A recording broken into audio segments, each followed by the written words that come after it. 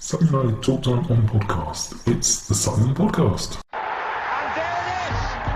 Sutton United of the GM Vauxhall Conference have put out First Division Coventry City, winners of the FA Cup themselves less than 2 years ago. And what a moment to enjoy for the fans of this Surrey side. They've had their moments before, but never one like this.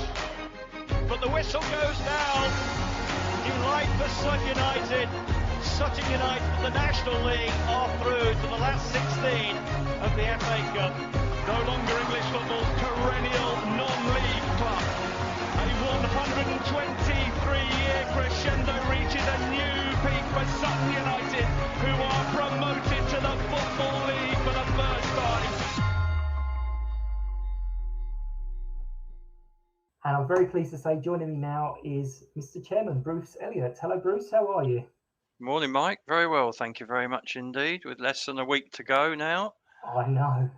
It's getting to the very exciting stage. On last week, I think I spoke to a couple of fans on Wednesday, and it suddenly dawned on me the next time I was going to see them was going to be at Wembley.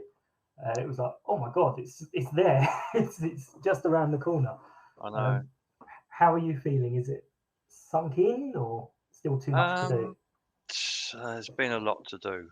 Really has been an awful lot to do. I'm comparing it in a strange sort of way to getting promotion last season. I don't think we quite realised what was going to be involved in the step up to be a Football League club for the first time, and in a sort of not dissimilar way, similar situation has arisen. We're at Wigan celebrating, and I don't think we quite realised what was needed. But look, it should be all right on the day. As long as everybody's got their tickets and they've got their right seats and they're in the right room. And but look, you'd swap it, wouldn't you? Because no money could buy this day. You can have all the money in the world, and you can't buy the day out that clubs have at Wembley. So very special. Yeah, absolutely. There's a couple of things that you kind of touched on that I wanted to mention. Firstly, Matt kind of targeted this competition. I remember him talking about it at the Meet the Manager evening. Did you really think it was on? I mean, I'm not saying that Matt's a liar under any circumstances, especially as I'm going to be speaking to him. But when he kind of says it, you're like, oh, come on, this is a big competition. There's lots of big teams in it. I think it was a situation at the beginning of the season. The brief was to get our 50 points to stay in the league for season number 2 as a Football League club. No, we didn't. I don't think we ever talked about it. I did sort of drop in to conversations with him on more than one occasion that probably my personal remaining ambition as chairman was to be at Wembley with Sutton United. And he'd probably say I banged on about it much too much, and he could be right, although I'd have to deny that. But the bottom line is that I think when we got the group stage situation and we saw that the games were against Crystal Palace under 21s plus an away game at Fratton Park at Portsmouth and a home game against our local rivals and good friends AFC Wimbledon, you looked at that group stage and thought, you couldn't have picked a better group yourself. And you then start thinking, and as the competition wore on and we topped the group, and then it went into the knockout stages, we had some good fortune with home draws. And we got through the penalty shootout where Dino saved 3 penalties in succession, as we all know. And then suddenly you're getting rather excited because it is then, Wembley is starting to tap you on the shoulder and say, well, I'm not that far away, guys. But personally, we got the semi-final draw and I thought to myself, oh, that's a tough game, Wigan away. But, these boys and the management team never know when they're beaten. And, they pulled another rabbit out of the hat, and penalty shootout is one never to be forgotten. and suddenly, yes, it has sunk in, but it hasn't sunk in, if that's not Mm. a ridiculous statement, because obviously we know we're at Wembley, we're going through it all, but it has been a lot of work for a lot of people at the club. But, what else did we expect? Sutton United at Wembley after 41 years. Anybody under 40 will never have seen this club at Wembley before, Well, and even I, not the new Wembley either. So, yeah, I, I've only been following for like 33 years, so I've definitely a couple yeah, times you're like, oh, could we? No, we're not going to. But yeah, it's just amazing. For me, it kind of didn't sink in, but it was. I stayed over at Wigan, and it was breakfast the next day as I'm scrolling through social media. After all the emotion, something was like, hang on, there's another game here. It's not just about getting to Wembley. There's a whole other thing that we've got to notch it up again. But it must have been amazing for you because I saw you come onto the pitch and holding your head like that to Matt, kind of almost saying, "What have you done?" well, the strange thing is, looking back on that, I thought to myself, right, if we get through this semi-final, then I rarely do this because, but going into the dressing room after a game, I'm very conscious that that's not the sort of thing you do on a regular basis, or I don't think it should be, for officials. But I had worked out for myself that, if by any chance we got through this, then obviously I needed to get into that dressing room and say well done to them all. But the dressing rooms, if you remember, are on the very Oh, far side. We yeah, came out right over on the far side in the corner, and I thought to myself, "Blimey, that's going to be a trek." So when it actually happened and we got through, I thought, well, there's only one thing to do here. I've got to go on the pitch and say well done to them there instead of the dressing room. That was my thinking, but sort of I did that, and then three or four of the other guys followed, and why not? And that was just a moment that you'll never forget, isn't it? So all those and, supporters cheering, and Tuesday night at Wigan, mm, how good was that? And the that atmosphere was brilliant. that was. I had a few friends who were kind of follow different teams, but they were watching it, and they said, "How many of you are there?" And I was like, "It felt like there was loads because I was in it, and it felt loads." Mm, And they said, "All we can hear is the Sutton fans," which is mental I because I think there know. was only like 350 of us, Yeah, and that's 349 who were singing, and one just sitting there going. I But know. right at the end, I know you came onto the pitch to give your congratulations to the players, but then you were kind of dragged over a little bit to the supporters. How did that feel when you got that huge round of applause as well? Um, you can't really put it into words, actually. I mean, that wasn't my doing. I mean, the manager grabbed me, and I I, think it was Goody on the other side. I'm not quite sure actually, but somebody did film it, and I hadn't actually realised what was happening until I saw it back. Somebody, amongst the supporters had filmed it. I think it was Matt's brother actually, and he shared it with us. And I thought, oh my goodness, what am I doing here? I mean, I'm not out of my comfort zone, but it's not the sort of usual way that you even celebrate a win. But that was a special win, and it was particularly special for me. And I keep banging on about it, as the manager will no doubt confirm. But Wembley is just been my last remaining dream to be there with Sutton United. And I've been there three times before, but obviously not as chairman, and no, it's German. No. that's a bit special. Um, so I've had to wait long enough for it. As you said, we've sort of, had a skirmish with getting there on a few occasions, but it's just that extra moment, That that penalty shootout. Oh my goodness, how many times did I watch that? Um, and you think, well, is there going to be a different outcome this time? But no. yeah, no. But stressful though, isn't it? When you're Very, watching it, oh my goodness. very stressful. But the players, the management, they're all. I mean, they're a terrible bunch, really, because they put us through this, and then they play it down. So you're Dino saying like, oh, "I was lucky enough to guess the right way," and it's like, no, you've saved quite a few penalties in shootouts. You're not lucky enough to guess the right way. There's a lot of work that goes into this. But Mm, going into the penalty shootout, were you confident? Because I knew there was no extra time, but when that final whistle went, I was like, just thank God there's no extra time, because our guys were just almost dead on their feet. Yes. Were you fairly confident going into it, or? No, I'm always a bit of a pessimist, but with penalty shootouts for us, and the reason for that is history. You know, I haven't got any sort of stats on this, but I suspect those who would have those statistics would probably come up with, you know, we've not as a club over many years had a great success rate with penalty shootouts. That's my gut feeling, and I think I'm probably right. But obviously, having got through one in the earlier stages of the competition, you think, well, you know, we can do it.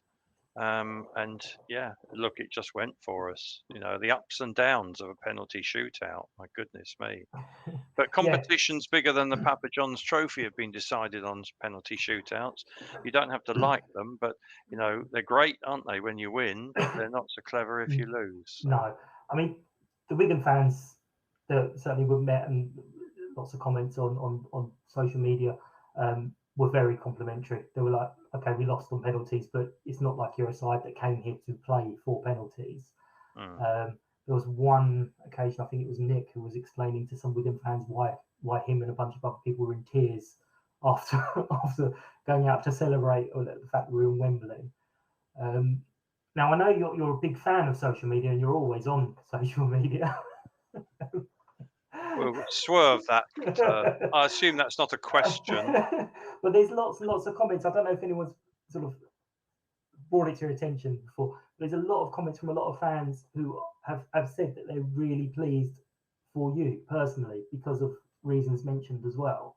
That, I mean, I don't know if you knew or not, but that must make you feel quite sort of strange inside, knowing that we're excited to be at Wembley, but then there's a lot of people go, actually, I'm so pleased for Bruce. Well, if I'm being honest, I didn't know that. So obviously that's very nice to hear, but you know, perhaps they're just remembering that I'm just one of them, aren't I? I'm just a supporter. That's all I've ever been, and you know, all I've ever done is what I think is best for this football club. In fact, I got yanked or into being chairman 26 years ago is another matter. But look, I'm no different from any of them, and you know, I love going in the bar and seeing people, and never seem to have time to chat for long enough. But and no, I don't really do social media, but you know, I'm very flattered to hear that you know people have been very kind and said such things. But you know, it's all about the club, isn't it? It's all about the supporters. It's all about the other people, all the other volunteers, and you know, I'm particularly pleased for them after last season where we won the league, and you know, it was virtually behind closed doors. We know about the Hartlepool game, but even that was restricted numbers. But you know, how nice is this as a thank you to all those loyal supporters, you know, and all the people that help us. I mean, you know, I just can't put into words how pleased I am for all of them that they've, you know, they, like us, we've all got a day at Wembley, and nobody will ever forget that. People still remember 81. Unfortunately, I still remember the first one against Wimbledon in '63. I was very young then, Mike. I'd like to point out, very, very young. But it's a special day, and it's a special day for everybody involved in the club. And obviously, people will have different memories of it, you know, if they've done it before, but they've never done it at the new Wembley, as we said. No. So that's again just, and you know, what I'm saying to everybody is, just make the most of it, you know, just lap it up, do everything that you can, get there early, just savor the moment, because it may never happen again. Or it might happen in a couple of months. In a couple of weeks' time, yeah. A couple of weeks' time, yeah. Who knows? I think Andy Kay said he was trying to find out what time the gates opened. And he was going to get in there as they're unlocking the gates to sit down in his seat for the whole day, as you say, take the whole thing in. But yeah, it's just absolutely insane. It's not the sort of occasion you turn up at 2 to 3, is it? No. I know there's some talk about what bars people are going to, and I'm like, I'm not entirely sure I'm going to touch a drink beforehand because I just want the whole day. But as you mentioned, sort of seeing people in the bar, this is slightly off the Papa John's. It must be a bit strange this season because I know we've spoken a couple of times on here, and we don't really do much on match days. But it must be strange seeing so many new faces around. We 2, 3, 4 years ago, you pretty much knew everyone to sort of wave hello, or not necessarily all their names, but you knew that most people quite personally. It must be quite strange seeing lots of new faces. Yeah, we've talked about this quite a lot. You know, Adrian and I sort of would have prided ourselves on knowing, nearly every spectator, perhaps not always by name, but by face, and, always trying to interact with them and make sure, everybody's, where they should be and in the right seat, and, just enjoying the occasion, because that's what it's all about. It's got to be fun for everybody.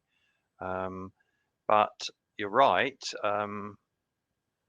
I'm now sort of walking around before home games and, seeing people and looking in the bar, and we have a pre-match lunch, which has got bigger and bigger. And, even at those, I used to know everybody that came to the lunches. I don't always now, but people are coming up to me and saying, oh, well done. And how are you? And all right, Bruce. And I'm thinking, oh, I only wish I knew your name. But you're right. It's a strange scenario, but, obviously it's good that that's happening in a strange sort of way. I'm sure the Arsenal chairman doesn't know all the supporters, but we try to get to as many of them as we can, and we do try and interact. And it probably starts on a home match day with, the pre-match lunch, and I stand up and make a fool of myself and take the mickey out of a few people, and they all seem to enjoy that. They take it in the spirit in which it's intended, and then Adrian finishes off the day with the strikers a key clowning around. But how good is that as well? And in between times, there's all sorts of other stuff going on. People having a beer and something to eat, and somewhere stuck in the middle is a football match. There was mention a couple of weeks ago. Aaron, the Daily Star chap, he was at the game because he likes to come to various different games, and he took a picture of Adrian going, "This is the vice chairman of a football league club standing up in a shiny jacket, shouting at everyone." I saw that. Yeah, I saw that. Somebody showed me that, and I said, never change. No, and exactly. I think that was the words used, wasn't it? Never change. Never change. Sutton United never change. And I did an interview this morning and earlier on, and there was one of the questions was, do you think that as a club you can retain the sort of ethos, the sort of, the way you are and the way you operate, in the different environment of a football league club, etc., etc. And my only answer to that was, well, we're desperately trying to do that because it's people that make clubs tick, isn't it? It's people that make a club, not whether you've got the best boardroom or whether you've got the best seated stand. It's the welcome you get, and we're very proud of the fact that people seem to go away from Sutton. Occasionally there's a little hiccup, of course there is, that's inevitable, but the general feel from opposition supporters, I think, is that we are a welcoming club. And why wouldn't you be? Isn't that what it's all about? It's about people coming down, enjoying themselves. And some you win, some you lose. League matches will be lost, and you just have to say, well done, come and have a beer, come and have something to eat. We say, see you next time round. And I think, Adrian, the rest of the board, rest of the management committee, that's what one of our strengths is, that people are made to feel welcome and the hospitality is good. And it's been excellent at some of the places we've been, don't get me wrong. Hasn't been so good at one or two, but that's another story. But mainly at this level, the hospitality has been outstanding. Yeah, and we're trying not to be left behind on that, if that's the right way of putting it, But we're on a steep learning curve on many things, and we're doing our best to address all the issues and take us up a level and catch up with everything that's going on. So it's going to be the second mad summer, I would imagine. A lot of that comes from the top, though. I know. The general feeling of the club is we always go, oh, it's someone else, it's someone else, it's someone else. But there was a question asked by someone on social media the other day, and it was, or if you could ask your owner/chairman one question and get guaranteed an honest answer, what would that question be? And I kind of went, well, first thing is I realised how lucky I am because I can pop down to the club at any point and go, can I ask a quick question? And we'll get an honest answer. So all of that stuff does stem from yourself and everyone else on the board downwards to the management and the players, because they also interact. And I know we've joked about social media, but they interact with people on social media, and that really, really helps people feel that closeness and that connection to the club as well. And so it's well done to you. Well, that's very kind of you to say so. But, as I said to you, there's an awful lot of good people there. And I think the nice thing about it is the continuity is there. People get to know us, we get to know them. And I think just that stems also from Matt and the players because, they interact well. We get on really well with Matt. And, he's very open and honest. And, that's one of the things we liked about him when we had a chat to him before he took over as manager. You know exactly where you stand with him. The answer might occasionally be no, Matt. No, we can't do that. But he also has bought into, I think, what we are as a club. And I wouldn't want to put words in his mouth, but I've no reason to suppose that he doesn't absolutely thoroughly enjoy his involvement. Nobody could work harder, his commitment, but I also think he's bought into what we're about. And, I think this journey probably started when Doz joined us and, he's just carried it on and carried it to a different level. And how lucky are we that we've had, Doz and Bairdy and now Matt and Jason, because that's where it all stems from. And they buy into the club and their supporters, the Q&A evening, what happens when the teams come out on the pitch. Matt's always over to applaud the supporters, as Doz was, I mean, there's they're lots very of different little... characters, but they're very similar from a point of view of connecting with everybody at the club. And, that's why we do pride ourselves on being a sort of family community club.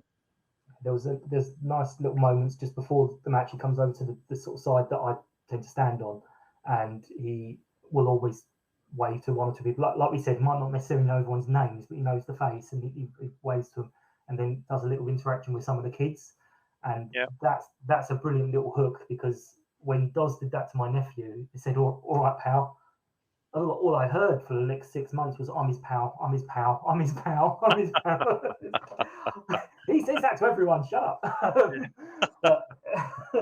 but yeah, no, it's those little tiny details are really good. And so what I'm hearing is exclusive that Matt's signing a 25-year contract. And oh, really?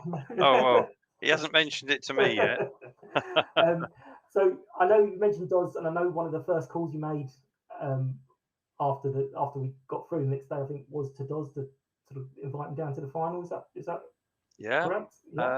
I rang him and said, we'd very much like you and Bairdy to join us at the final as our guests. And needless to say, he's coming. So Doz and Bairdy are coming with their respective extras. Steve McKim and his wife are coming, because we've always had a very close relationship with Steve. And also Jamie Collins and his wife are coming. So, lots of other ex-players are coming. But, we felt that in recent times, those were the names, no disrespect to anybody else, but we felt those were the names that, we particularly wanted to be there to share it with us. Win or lose, come and join us at Wembley as our guests and enjoy the occasion. And, they all said yes, so that's great. So they'll be with us on Sunday. Marvellous. And last question before I let you go. What's the one thing you're looking forward to most on Sunday? Above all else, what's the one thing you're looking for? Let's give you now the excitement, not the result or anything, just what you're looking forward to most. Sitting in the Royal Box. I mean, how special is that? And just before kick-off, looking across and thinking, this is, our club at Wembley in a cup final, in April 2022 and looking at, I hope, sort of 15,000 Sutton fans with their scarves and their flags and just taking that moment in, and their shirts, of course. Yes. And just taking that moment in and just sort of thinking, well, tick that box then. Yeah, I mean, for me, it's very similar. It's just possibly the announcement of the lineups, suddenly realizing this is the same, or different players, but the same club I went watching at Margate and Hastings and so on like that, and now suddenly coming out at the home of English football is just, there'll be some blurred vision, so I'm going to have to film a lot of it because I won't remember much. There'll be so a few tears, I should imagine. Yeah. I must admit, I did shed a few after the Wigan penalty shootout. As I walked onto the pitch, it was difficult not to, wasn't it? So absolutely.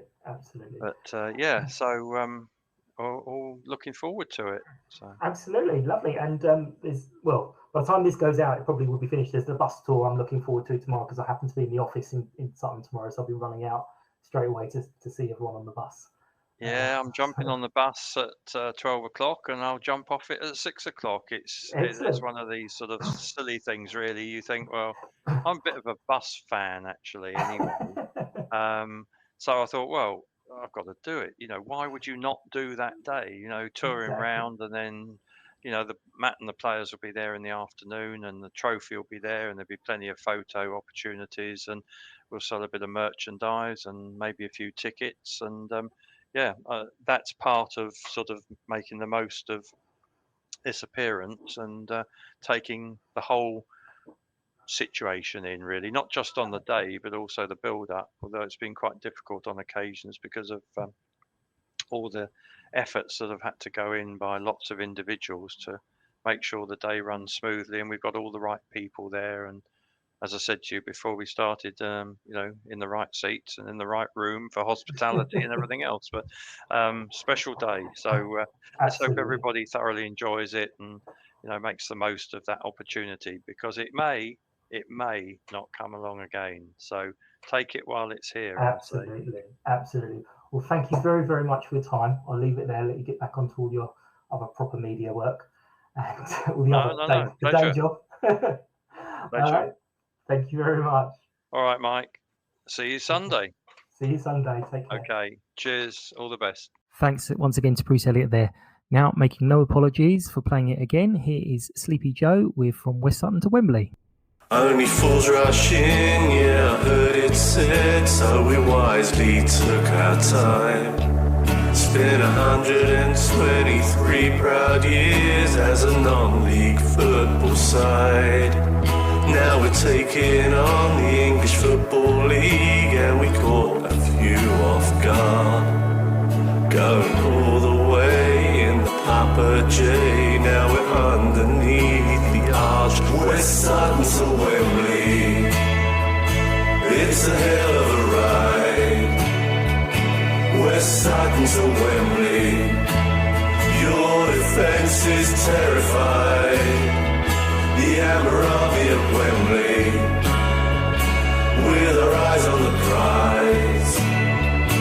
Yeah, we're Sutton United, and we're on our way from SM1 to HA9.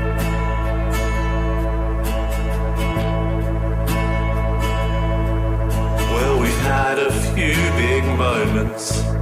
The FA Cup sure springs to mind. And the Italian adventure back in 1979. Now with Matty Gray, we're walking Wembley way, and he wears a magic hat. Oh, when he saw the pizza cup, he said, I'm having that.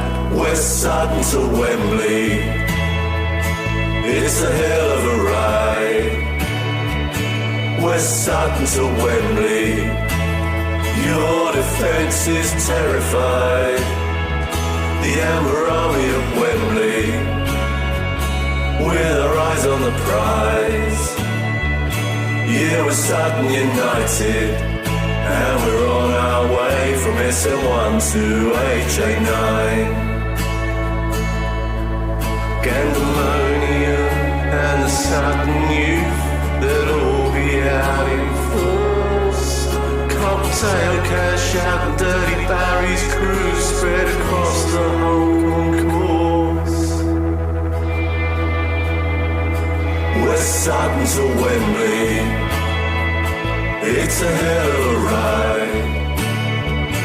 West Sutton to Wembley, your defence is terrified. The Amber Army of Wembley, with our eyes on the prize. Yeah, we're Sutton United, and we're on our way from SM1 to HA9. Yeah, we're Sutton United, and we're on our way to Wembley.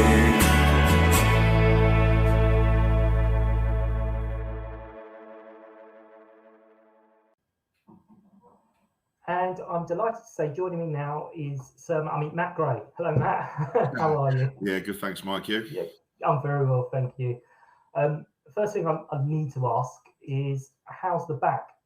Because yesterday you were doing quite a lot of bending down for photos. Yeah, I had smile cramp as well. So no, it was a really good afternoon.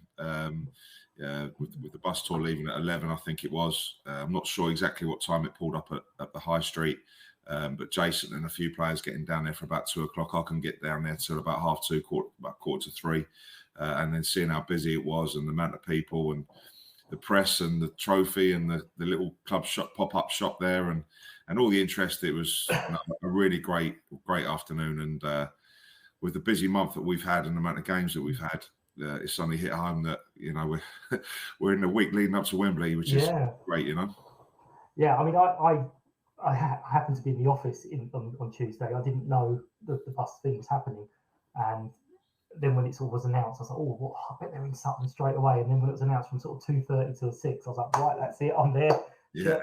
Shirt came to work with me, whipped it on. I had a good little, not good chat, a little chat with Clinton Morrison. Right. Who was there. He was talking to yourself and Jason. I felt a bit into a rude because I wanted a picture of me, you, and Jason with the three. Yeah. But Clinton, I was sort of saying to Clinton, "You've been a bit overlooked today." And he was like, "Yeah, a little bit." He said he was great chatting to the two of you. Yeah, no, it was the first time I've met Clinton, and he's spoken well of us in the past on Quest on the Saturday Night Highlights show. And it was good to meet him personally yesterday. Terry Bullivant knows him really well and actually coached him when Terry was assistant manager at Palace. So Terry popped down as well for a while and saw Clinton, and they both speak highly of each other as well. So no, it was good to meet him personally, and he seemed a really nice guy. Yeah, he definitely was a nice guy. I was trying to remind him that I was telling him that he should sign for something about 8-9 years ago. He wouldn't have a bar of it. But so the whole circus, I mean, I know you like to prepare and do things the right way for every match, but obviously with a Wembley final, it's a bit of a media set off. Stupidly, I've listened to a couple of podcasts that you're on, and I'm like, oh, well, I can't ask that question. That's been asked. I'm stopping listening now. But how's it been, the whole sort of just the whole circus? I mean, it's even the semi-finals was a bit. It's probably obviously more so than the semi-final build-up, but it's probably a little bit the same. It was because we've been so busy with the games and it's been so thick and fast in the league. Suddenly, I think it was the Thursday before we played Wigan on the Tuesday that we went to the Papa John's near St Helly Hospital and had those couple of hours there where there was suddenly a little bit of publicity and supporters turning up, and again the trophy was there and whatever else, and it was suddenly it's suddenly come on quick from the Harrogate game, and suddenly Wigan semi-finals next Tuesday. So it all come on top a little bit quick, and it's sort of a little bit of an eye opener there. And this week's been no different, really, to be honest. You win the semi-final, and obviously it's for the next day. It's just truly unbelievable, and the messages piling in, and what a great night that was at Wigan, and the emotions of it all. You suddenly then are very quickly waking up and you're back into the league campaign, and you're thick and fast into the matches. Not good timing with us being hit with quite a few injuries as well. Mm-hmm. So suddenly from the Wigan game to the Port Vale game last Saturday, yeah, it's all been about league football and trying to keep grinding the results out and keeping us right in the mix, you know. So it's been tough. I feel we've done that. Mm-hmm. We certainly got through that bad period with hardly any players fit and some really light numbers travelling and 5 away games out of 6 as well, which is extremely difficult. So the travelling, the injuries, the games, it's been extremely busy. And yes, there's been the odd chat about Wembley and the odd talk about Wembley, but it's been so busy with the league fixtures that you really haven't had time to think about it. I know Adrian Barry, Dominic Feltham, Tim, obviously Bruce, the chairman, and the rest of the directors have been working tirelessly behind the scenes to get all the preparation and organisation done. But it was probably sort of Sunday, Monday when we had a couple of days off, and it was nice to sort of half chill out, if you like. And then the realisation of what the week's going to entail and how busy the week's going to be leading up to the final, and starting with yesterday and obviously back in training yesterday morning, and then the Papa John's with the high street and the bus and the trophy and all we just spoke about yesterday afternoon. You know, you're soon hitting home about what is actually going on at the weekend. Well, unfortunately, you've done lots of podcasts, and this is not going to be as professional as any of them because I'm all over the place. But no, not at all, mate. One of the things I wanted to say is, first of all, you creased me up on the night we beat Wigan, where you said something along the lines of, well, yeah, the lads can celebrate on the bus back, but tomorrow training's back on. Yeah. we were in fits at that. We thought that was brilliant. And for me, I stayed over at Wigan and at breakfast the next morning as I was kind of scrolling through social media, because the whole focus, and I'll talk a little bit about what happened beforehand, but the whole focus has been, we haven't been to Wembley for such a long time, and it's, oh my God, we got to Wembley, and then all of a sudden it was like, there's a trophy here. There's something to actually play. It's not just getting to Wembley. There's a whole game. How was the night? I got it on video somewhere where you kind of dragged Bruce over and he kind of approached you on the pitch with his head in his hands as if going, what have you done? How was the end of that match? What stood out for you? It was all a bit surreal, to be honest. Yeah, it was all a bit. Everything happens so quick, and it's all the unknown, isn't it? So I feel probably it was probably the Monday night, the 24 hours before the game, that it probably really hit me. That ever since I've come to the club, my relationship with Bruce and the whole board is just, I couldn't ask for anything better. Not that Bruce has put pressure on me on this. But let me just say the exact words Bruce said is, I may have mentioned it, or as Matt would say, kept banging on about it. That's the exact words he said. So, yeah. He's seen Sutton play at Wembley, but he's never seen Sutton play at Wembley under his stewardship as being chairman, and through all what the club has done in recent years, and obviously under the Paul Doswell era and the amazing success that he had and the club had, probably topping off with the cup run, obviously, but obviously winning the National South as well, a great achievement, and setting the club up where it is today. And the FA Cup run, of course, Bruce being in charge and as chairman and beating Leeds, beating Wimbledon and the cup run and playing Arsenal at home, what an amazing dream and achievement that was. To then, I think against all odds, go and win the National League last year and get us into the Football League, and suddenly he sees Sutton United, a Football League club. I think the icing and the final box to tick would be in a Wembley appearance. And yeah, I would be lying if he's only told me that once. And for how well I get on with him and our relationship and how honest, straight, supportive that he is, I say give it to Bruce. I am pleased for him more than anybody. But obviously, I'm pleased with myself and the staff and the players and the rest of the board and all the supporters and everyone connected to the club. But yeah, for the service that he's given to the club for however many years, for him to sit up in the Royal Box and watch Sutton out there is going to be certainly special for everyone. And yeah, so I didn't even know he was coming on the pitch. And your question is what happened after. And I remember probably the last 10, 12 minutes at Wigan feeling like the longest 10, 12 minutes. I was like, I know they've said there's no extra time, but if that ref suddenly says there's extra time, about 7 of our players are going to collapse. It was such as I thought. We went toe to toe from first half, took the lead. Really pleasing stuff. First half, I thought we were excellent at the start of the second half. I thought we were brilliant. But we were certainly hanging on for that last 10, 15 minutes. And I just kept looking at their big scoreboard. And I think I was looking twice a minute. So it just kept going very, very slowly. So in that 80th minute onwards, I would have certainly taken penalties. We got there. And then you're trying to... We obviously talk about the eventuality of penalties. Myself, Jace, Mickey, Andy Little, about our process and how we're going to plan for it. And it was very similar to what we did in the previous rounds against Stevenage. So then you suddenly go into that.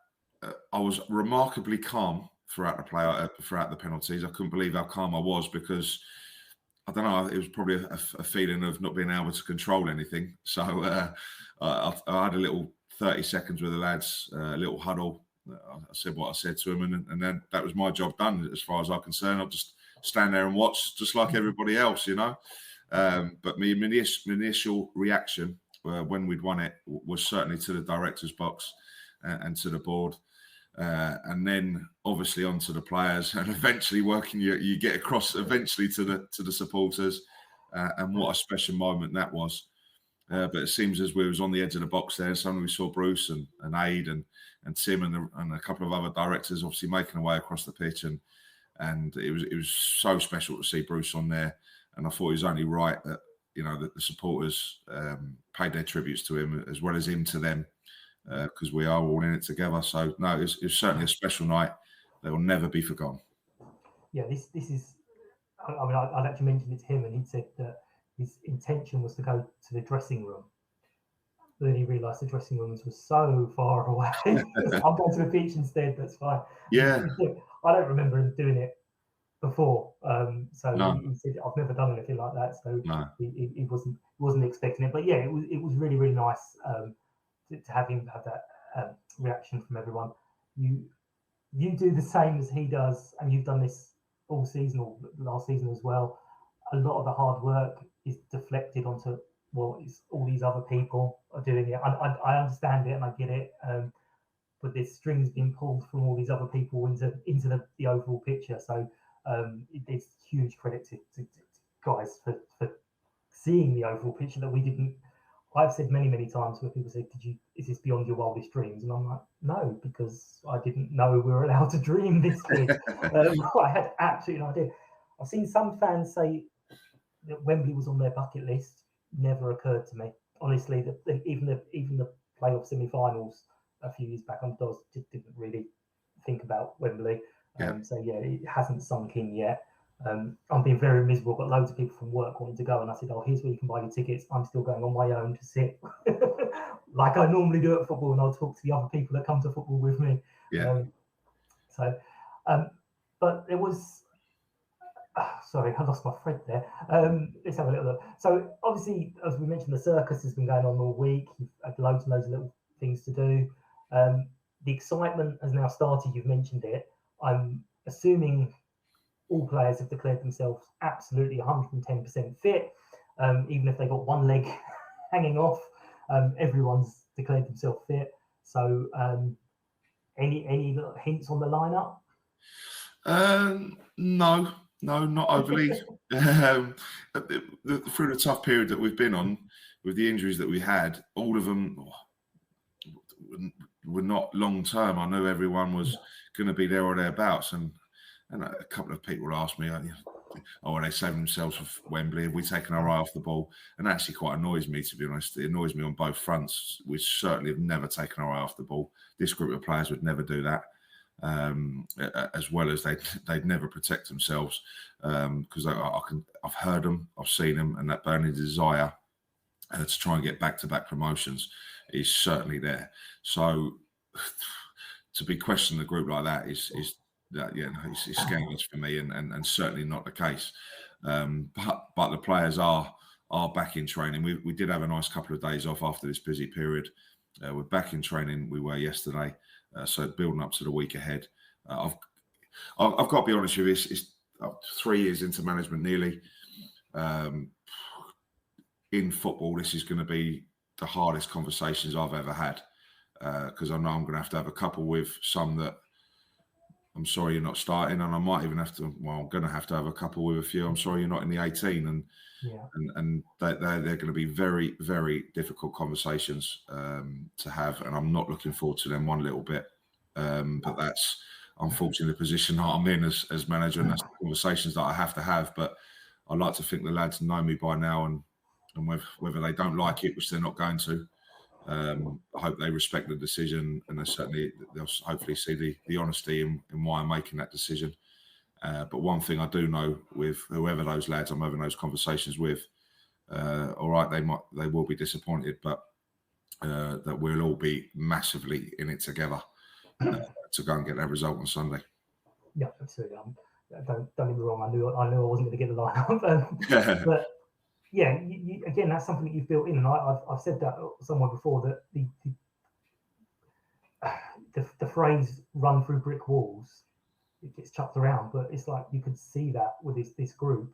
And again, I didn't mean this in a disparaging way, but I've run Sunday league teams, and the way they interact with each other, you can just see there's mates. And one of my favourite was, I think, Joe and Kobe got into the team of the week, and Kobe was keeping Louis out the side at the time, and Louis was the first person retweeting it, going, "Oh, car share friends," and I'm like, there we go. That's the little, that's the joking around. It's none of this sulking that I'm not in the team. Obviously, everyone wants to be in the team, but again, that's down to, you've mentioned it many, many times, recruitment and your guys' ethos all the way through. Yeah, you often mention people who aren't in the side.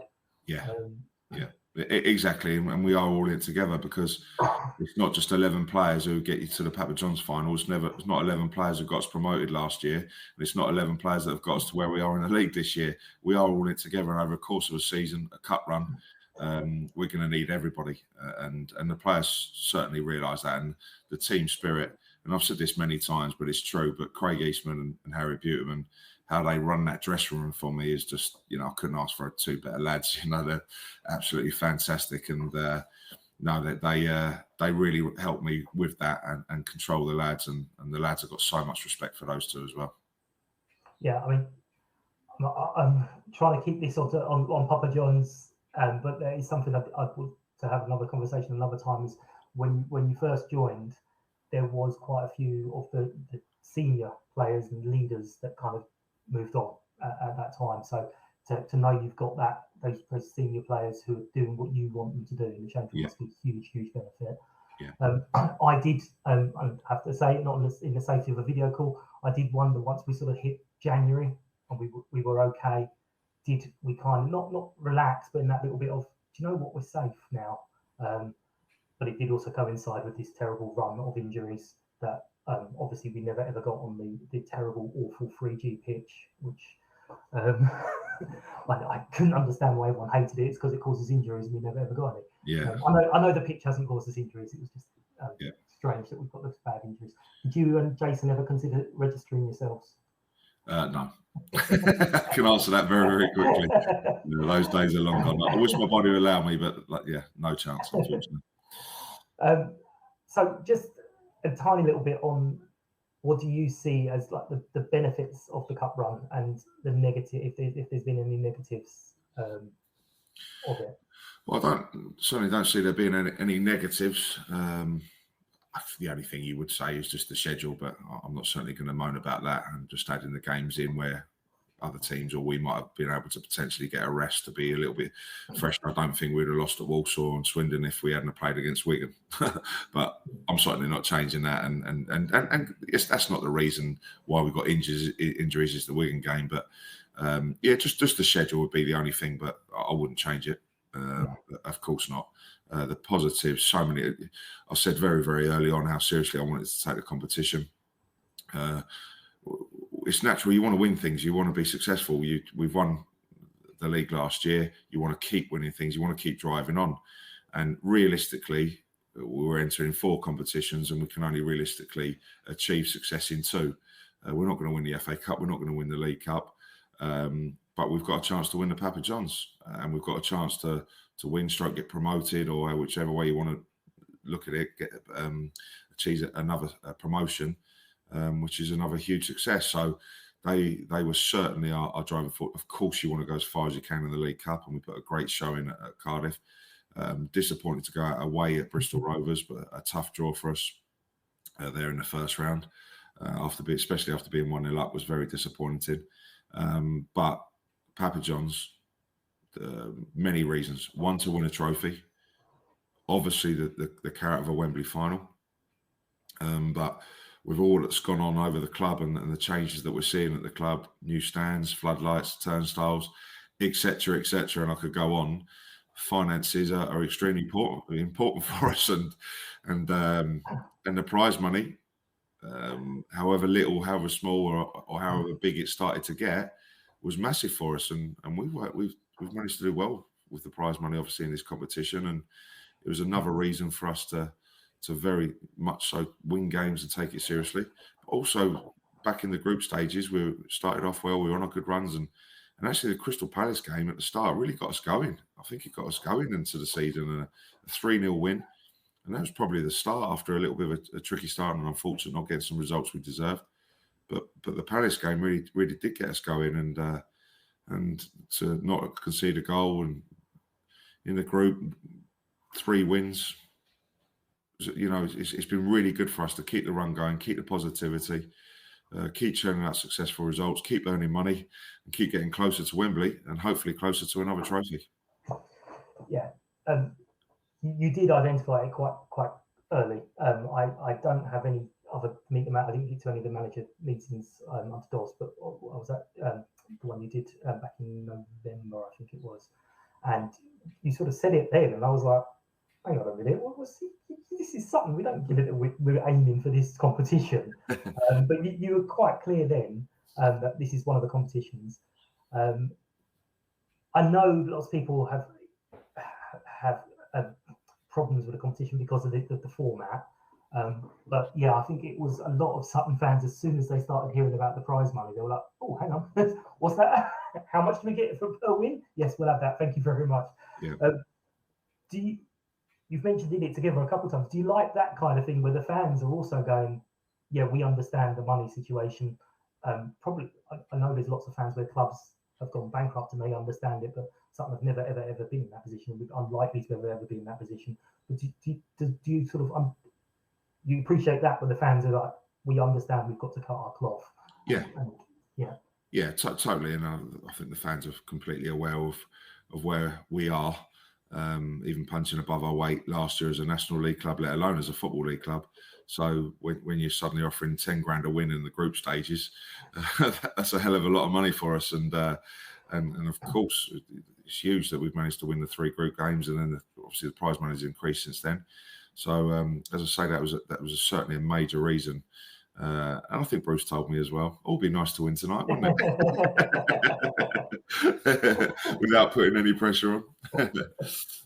Yeah, I did at that meeting. I did feel I felt for him when he realised the whole beer in the bar situation where money was walking out the door, and all the other comments people were saying, I just saw the pain in his eyes when he saw all the pounds walking away from the door.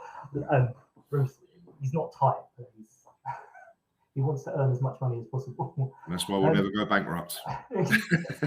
I've said so many times, even when I was young, and people bored of this, but the insult of the board are just a bunch of accountants. And I went to Sutton and I was like, that's a really good thing. They know huge positive. Yeah, they won't spend any money they haven't got. Right, so we've sold, last update, 13,500 tickets, and it's payday the next few days. Did you ever dream we'd get that kind of sales? When they said we just bought just under 15,000, I was like, that's a bit ambitious, but yeah, we're possibly going to sell out. Yeah, initially I think I got asked, I think it was on the coach on the way home, I was speaking to Bruce and Aid, how many do you think we'll get? And I think I guessed at 10. So they exceeded my expectations, and to be sitting here on 13 and a half plus, I think now, still a few days to go, as you say, payday.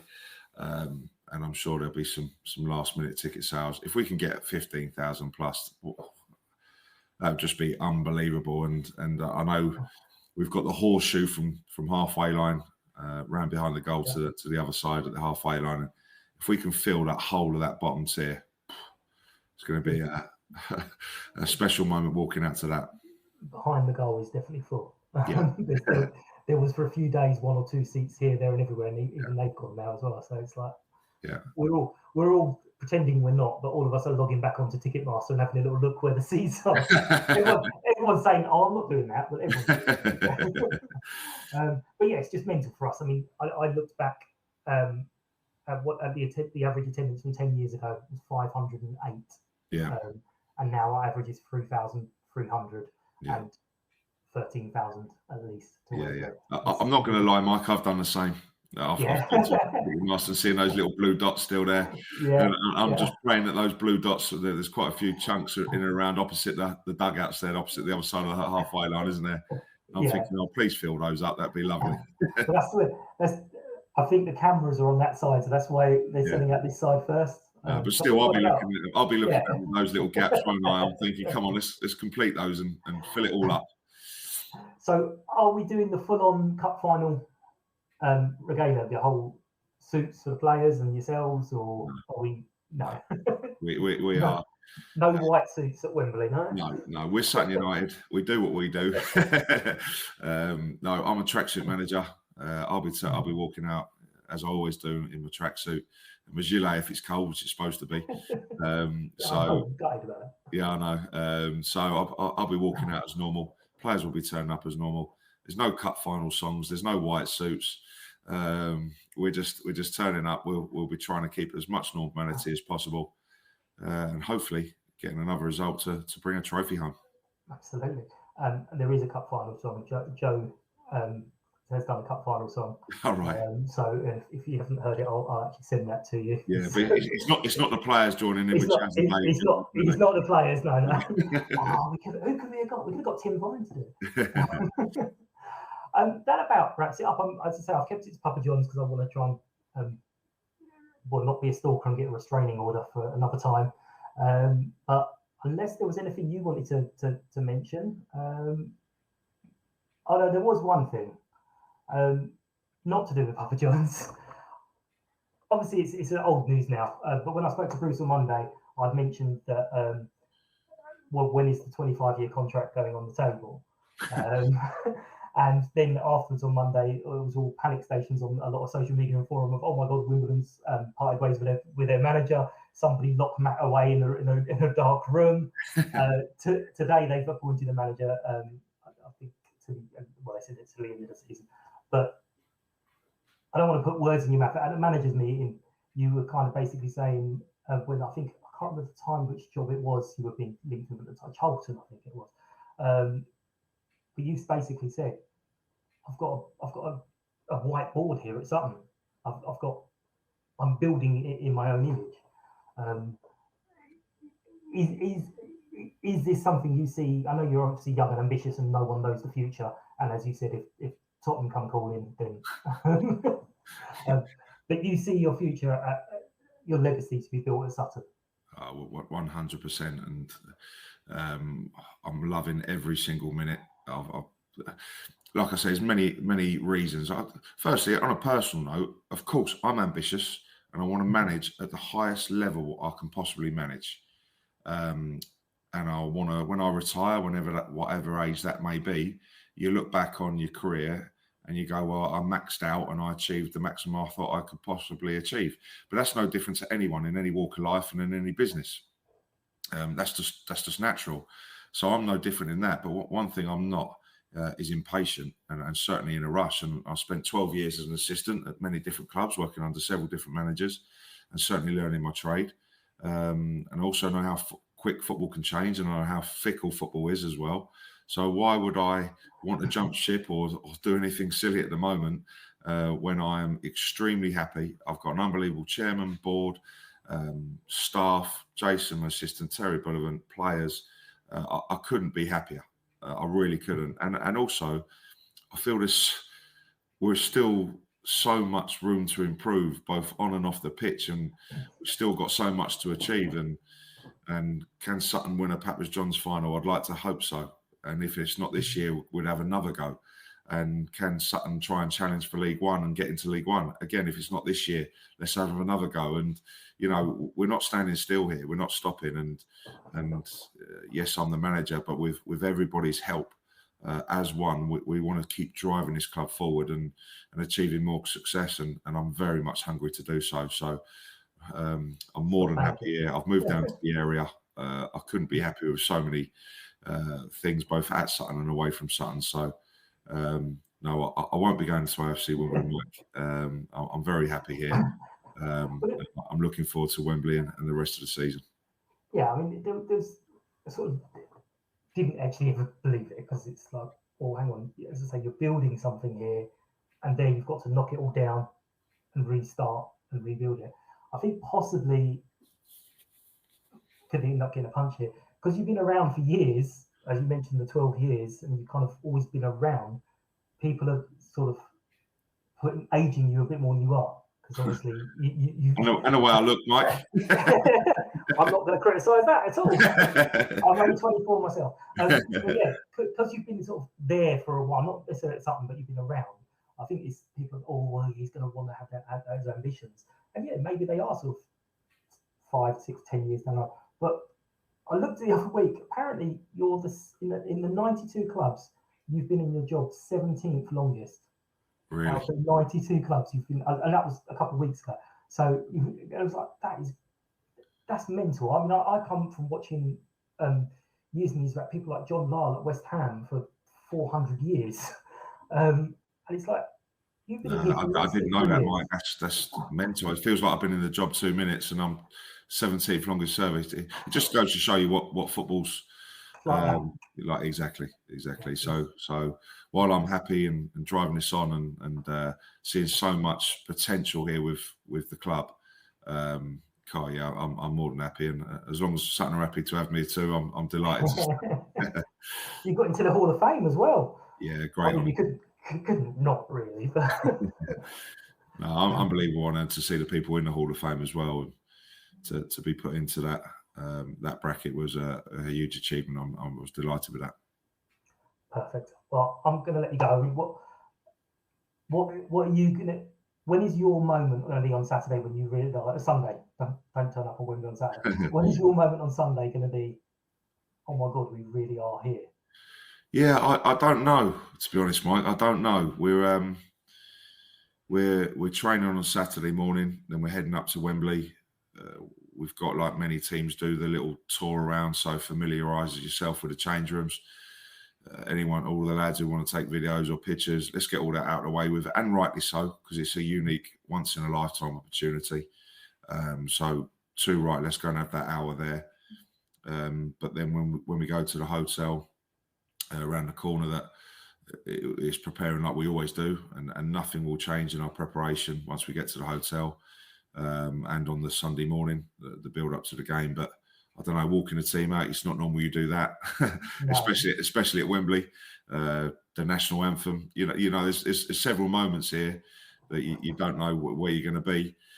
Probably walking out to that whole horseshoe of amber and seeing all the supporters and the directors up in the royal box, and probably that's why he's kept me awake at night at the moment, probably thinking of all that. But then I certainly do know when that whistle goes, it's game on, and I know I could be anywhere. But we've got a football match being played between those 4 white lines, and we'll be trying our hardest to win. That's for sure. Excellent. I can't answer that question myself because I'm fairly confident my vision will be very blurred for a little while. I'm sitting there going, a few tears, and I'm fully expecting to see a lot of people around me with their mouths wide open going, why are we here? I mean, it was mad at Wigan. Wembley's just going to be, no, this isn't happening. I think Nick has said that he's fairly convinced that this is a head injury he got a few years ago, and he's going to wake up in hospital and it's all a dream. But I will leave you there, get some dinner, try and get some rest, and work out all your permutations on who's playing where. Thank you for your time and best of luck. No, thanks for doing this, Mike. It's a great job you're doing. I really appreciate it, and hopefully I'll come on again soon, eh? Lovely, thank you. Cheers. Take Brilliant. care. I'll speak to you soon. Cheers. Bye. United! United! United! United! United! United! United!